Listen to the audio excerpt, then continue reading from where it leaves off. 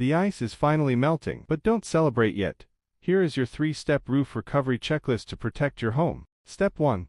Look for sagging, or any new dips in your roof line. That heavy ice can easily exceed your roof's load capacity, causing serious structural stress. Step 2. Check your downspouts for black sand. Excessive granule loss means the ice has scrubbed away your shingles protective layer. Step 3. Use binoculars to spot cracked or missing shingles from the ground. Stay off the roof. It's still dangerously slick and fragile. Need a pro? We offer safe, expert inspections for North Carolina. Link in bio to book yours today.